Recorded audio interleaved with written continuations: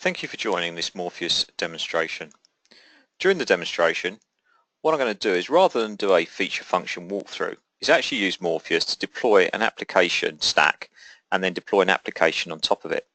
I think this shows off a number of features of Morpheus in a much easier way to understand, and will also allow you to look at areas that you can explore deeper if you'd like to with Morpheus. First of all, before I start, a quick walkthrough of where we are. We're logged into the Morpheus control panel, the main dashboard, and I'm logged in as an administrator at the top tenant level. Morpheus has the ability to have multiple tenants, so it's designed to be used by customers if you're a service provider, or with project teams and departments if you're an enterprise organization, and it makes for a really easy way to control who has access to what data, and also allow you to control usage and billing. Before we start, quick run through of this panel where we can see that we are going to be looking at provisioning. So we're going to look at deploying instances, and in Morpheus an instance could be a VM with an operating system on it. It could be an OS with an application pre-installed, and it could be a Docker container, and that could be on any of the clouds that Morpheus supports. We also have monitoring built in. You'll see this in use during the presentation, and logging as well, where we can bring back all of the log files from all of the instances that you deploy into a central repository, which makes for great troubleshooting and optimization. We also have backups built into Morpheus as well, which give you a standardized way of protecting your environment regardless, again, of what type of instance and what type of cloud you're deploying to. You have a standard methodology. Before we actually do the deploy, I would just like to show you one sort of infrastructure feature of Morpheus, and that's our cloud support. And we can look at it through clouds and through groups. And groups are a construct that allow you to link users and clouds together. So you create a group, you put it into a tenant, you put some clouds in there, one cloud or many clouds, and then you can assign users to it, and then they will be allowed to deploy into those clouds. And that could be as simple as one group, one cloud. So down the bottom here we have San Mateo VMware with one cloud, which I know is VMware. So if I was a member of that group, that's all I could deploy into. Or the group we're going to be using is Demo, where we actually have multiple clouds available to us. So you can be very flexible about who can do what and where. And just to show you, if we look at clouds, the section I actually want to look at is this bit here, which is the clouds that I'm connected to in this group, and you'll see these in action. But probably more importantly is the range of clouds that we currently support. And you can get the complete list on our website, but this is all of the public clouds, so Azure and Amazon, etc., that you would expect us to support from the public side. And also on the private side, a wide range of clouds, including, again, things like VMware and Hyper-V, which you would expect us to support, but also things like Nutanix Acropolis, OpenStack, Zen Server, etc. It's very easy to connect to a cloud and very easy to control where you're going to deploy into a cloud. The other thing that I'll just touch on very briefly is policies, and policies allow you to control how people deploy into those clouds, and particularly around things like naming and life cycles, etc. And you'll see this in action during the presentation. You'll see that we're going to have we're going to see a user configurable naming pattern. So it's a great way of standardizing the way people name their instances, so you know what they are, where they are, who's using them, etc. And also lifecycle makes sure that people, if you perhaps are running a demo lab like us or a test lab, that you can tidy up afterwards by enforcing expiration. So we'll see that in action. And the one other thing I'd like to show you here is Morpheus fully embraces the world of containers, and that includes the ability to deploy Docker hosts, and we can deploy those onto any cloud that you're connected to. So you can very quickly stand up a container environment and start deploying on there. The next step is to go into our provisioning. So we're going to do some self-service provisioning here, and I've been asked to deploy an application called Spud, and it's a CRM system, and it's based on a database server and then a Tomcat server to deploy the application. So I need to build a two-tier app, deploy that into a cloud, which will be of my choice, and then deploy the application stack on top of it. So we're going to go into our instances, and we're going to add an instance. And at this time, what I get is a list of instances type that are available to me. And this is a list that's provided by Morpheus and maintained by Morpheus. We keep this up on an S3 repository. We keep it up to date and are constantly developing it. So you could go in, select an image, and deploy it then into whichever cloud that you want to. This list is fully configurable. You can turn this off if you don't want your users using it. You can add to it and create your own templates as well. We have a template builder. We also, as well as having individual applications and operating systems, we also have some clouds in here. And the idea here is that if I have an Azure connection, which I do in this particular group that I'm working on, then I could go and use an image from an Azure marketplace or the Amazon marketplace, etc. So you really have got the flexibility to provide your users with what they need. But we're going to deploy a MySQL instance. That's my database, so I select that. And over here we can see that that's available as a VM, so I could deploy it into any cloud as a virtual machine, an Ubuntu or CentOS box with MySQL running on top of it, or we can deploy it as a container onto one of my Docker hosts. So we're going to hit next. And now I pick my group. Now, as I mentioned, I'm in as an administrator, so I see a lot of groups. But I'm going to pick that one to remember that I saw demo. And we're going to deploy it into the Morpheus cloud. Now I know that the Morpheus cloud is actually a set of hardware back in our test lab with Docker hosts running on it. So we're actually going to deploy a Docker instance of MySQL. It makes for great demo speed. But this could equally be, if I did it into a VMware cloud, for example, it would allow me to deploy the VM. But you see, I'm making the decision of the type of configuration I want now after I've chosen what I actually want to deploy. And here you can see the first of the policies that's been set. So it's set the user initials, the cloud code, and the type. So it's going to suggest that name to me. I could overwrite it, but I'm happy to use that. So hit next. And now we go into our configuration panel. Now, we maintain multiple versions of applications on our labs, on our download site. So here you can see that I have multiple builds, and I'm going to use 5.6 because I know that works well with my application. And then we see the instance configuration. So the template knows, in this case, that it's a clusterable app. Most databases these days have some sort of cluster configuration. And in this case, I could deploy it as a single instance, which is what I'm going to use during the demo. Or if I chose, for example, master, it would actually deploy 2 instances and then link those programmatically as a cluster and make the cluster available to me. It's a really simple thing to do. So we're going to deploy a single one, and now I pick my plan. Now this is an internal cloud, but we want to drive this concept of using plans, be it on an Azure plan, an AWS plan, a Docker plan, in my internal labs, a VMware plan. So you, again, standardize the way people deploy. They become used to this methodology and they don't have to worry about the underlying infrastructure they're deploying onto. And plans can be very open. So here, for example, the 128 1 gig one is actually open. I could go in and change it, or we can lock them down. So for example, if I pick the 1 gig, 10 gig, the numbers are locked down. We also have, behind the plan engine, we also have pricing. Now currently in our demo lab, we have no pricing attached to this plan, but again, we can have pricing in there for internal chargeback. If you are connecting and deploying onto a public cloud, that we will pull the pricing from their price list into Morpheus and display that within here. And indeed, we have a button here, which if you are deploying onto multiple clouds, what it would allow you to do is do a price comparison as to where would be the best place to run that current configuration. Now, something I need to do is just fill in some details, because I'm going to connect to this session once it's up and running.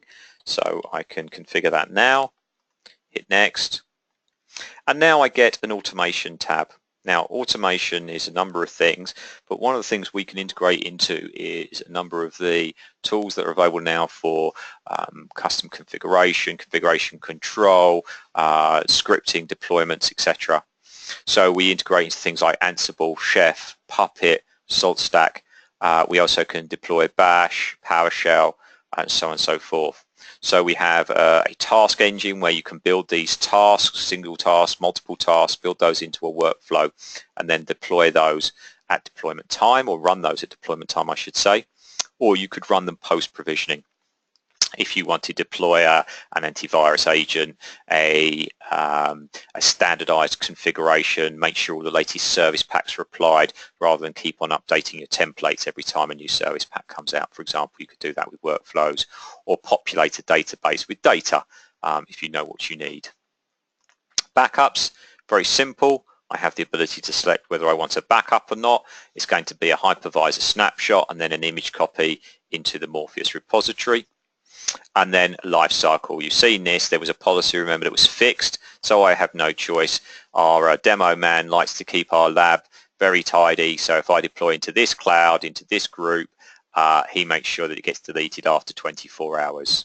There's a whole bunch of workflows you can put around that. I can request extensions if I know I need that image for longer. They can be automated response, or they can go through an inbuilt workflow, or perhaps integrated into something like ServiceNow. A shutdown is slightly different to an expire. An expire will delete the image. A shutdown will power it down. So again, really useful if you're on public cloud, you're not sure whether the image should be deleted, you can power it down. Hit next, we get a summary, and then I could, for example, spin up multiple copies now, or I can just go with a single instance that I want, hit complete, and that image will start to provision, and you can see it there. Now, Docker is a nice, fast technology for deployments, and Morpheus has been optimized to work with it. So actually that deployment has happened. It takes roughly 3 seconds. Once we've got a template deployed and it's available locally, it can deploy very, very quickly. So that image is up and running now, and we'll start to get performance stats through log files, etc. But we'll come back and look at that in a moment, because just at this point, what I want to do, if you remember I said it was a 2-tier app, I want to deploy the second tier, which is a Tomcat server. So I'm going to select that, hit next, put it in the same group, same cloud, same naming convention, so they sit next to each other nicely. And I'm going to use the Docker Tomcat. I'm going to give it the same amount of memory and hit next. Now at this point, as well as the workflow, we get an additional option, is a load balancer, because this template knows that this is the type of application that deploys that you might want to scale out, and it's web-based, so it would sit behind a load balancer. So what we have the ability to do now is say, yes, I want a load balancer, and pick that from a list. Now we provide a load balancer, it's a Morpheus load balancer, you can use that if you want, but we also integrate into a number of enterprise class load balancers as well, things like Avi, NetScaler, F5s, A10s, etc. And on the public side, we also integrate into things like the Azure load balancers and AWS load balancers. So I'm going to select that, and so what we will do is update that load balancer with the configuration details once we've deployed the instance.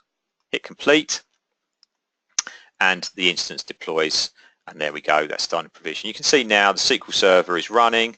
If we go in there, we're starting to get performance stats through. We're starting to see the log files for the MySQL instance. We can see the environment variables, which are going to become important in a moment. And we can even connect to a console, because this is a Docker host and container, we're going at root, but also you can, if this is a VM, we'd log into the VM and allow you to interact with the instance directly.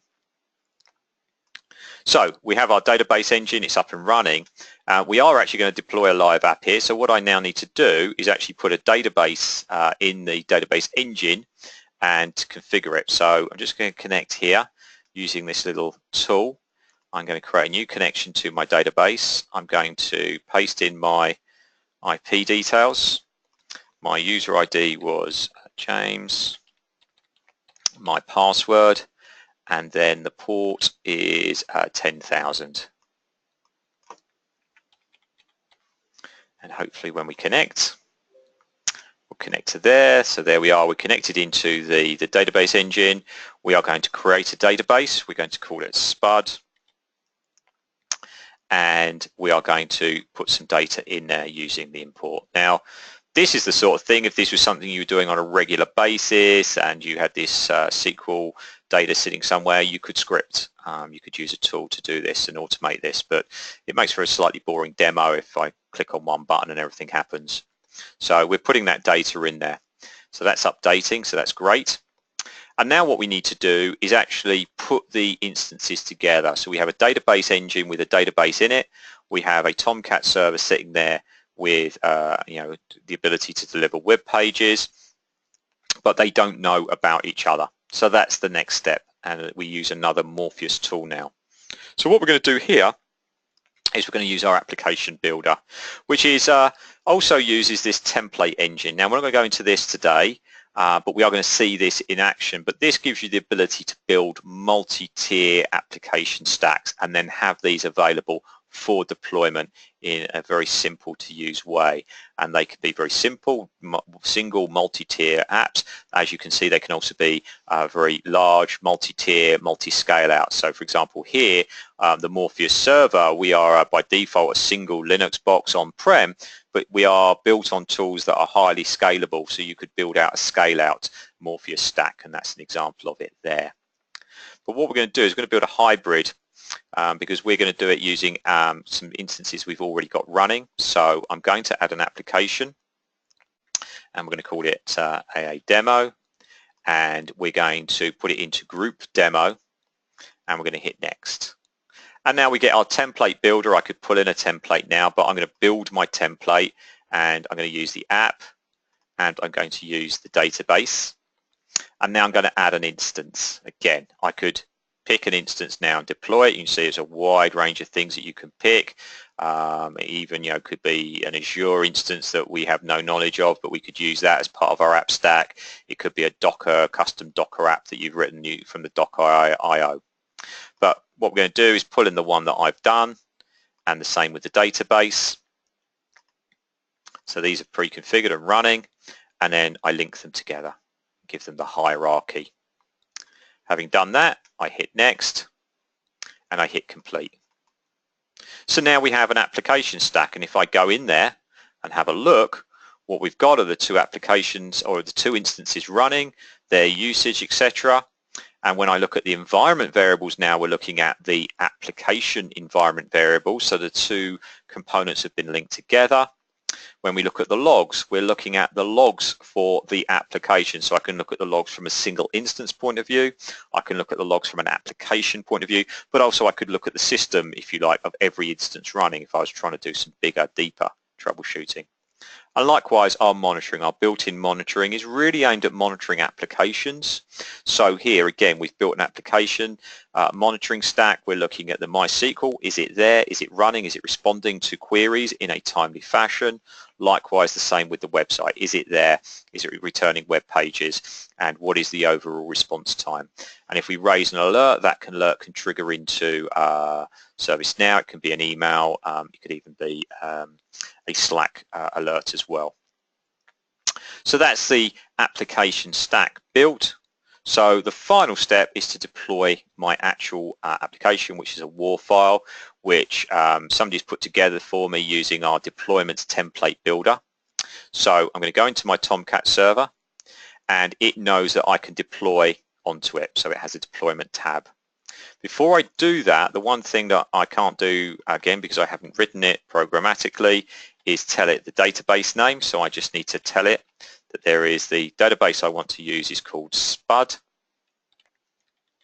And I just add that environment variable and save that. And then what I'm going to do is going to deploy, do new deploy. And now I'm going to pick the deployment. Now, the one I need, I've been told to go and do is Spud Marketing. And I've also been told to use version 1.3 because 2.1 is still in dev. Don't use that yet. So 1.3, hit next. And here we have our deployment configuration.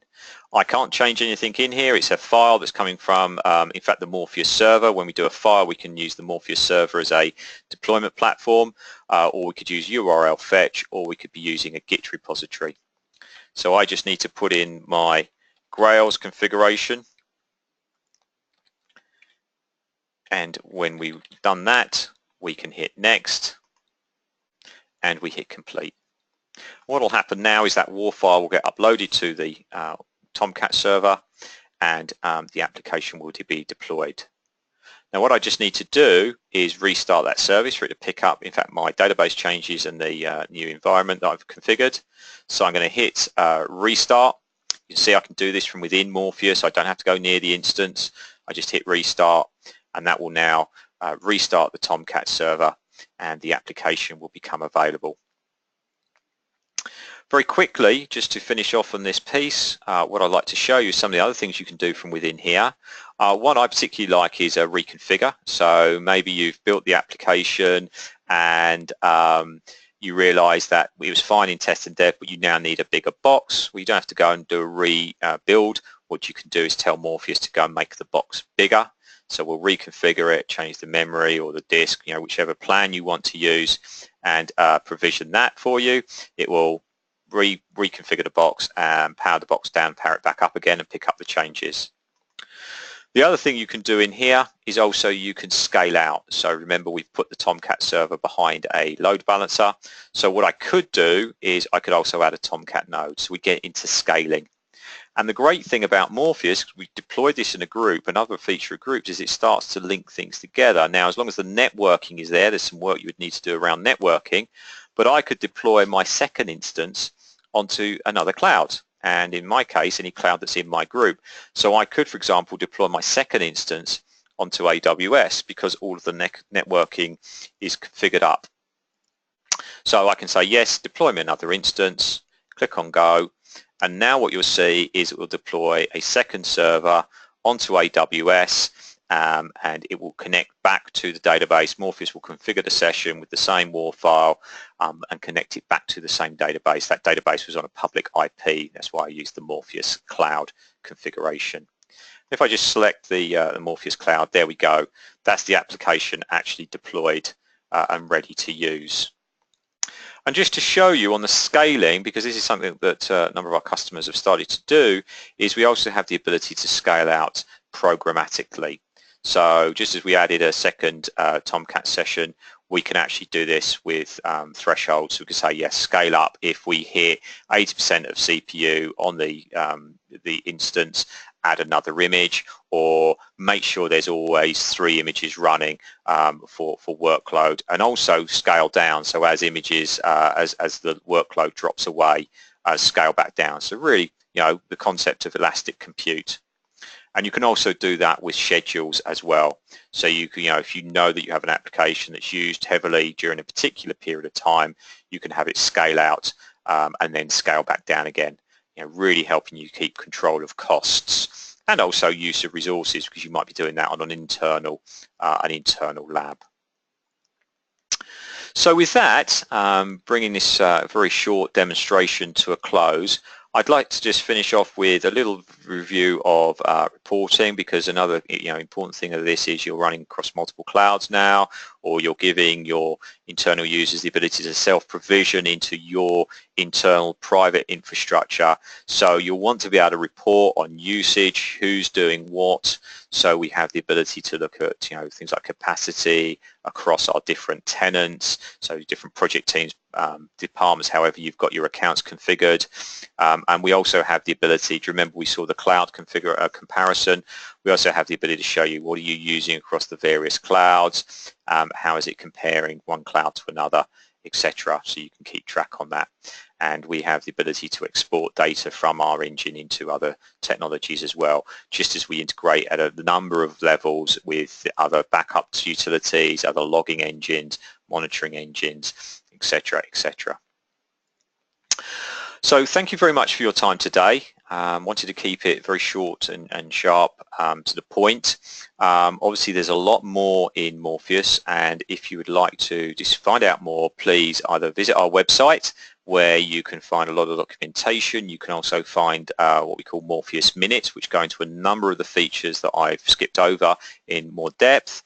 But of course also you can reach out to your Morpheus contacts through the Morpheus website, and we'd be happy to give you a deeper understanding of Morpheus, and also if you're interested, provide you with the software to do your own testing within your own environment. Thank you very much for your time, and hopefully we'll speak to you soon. Goodbye.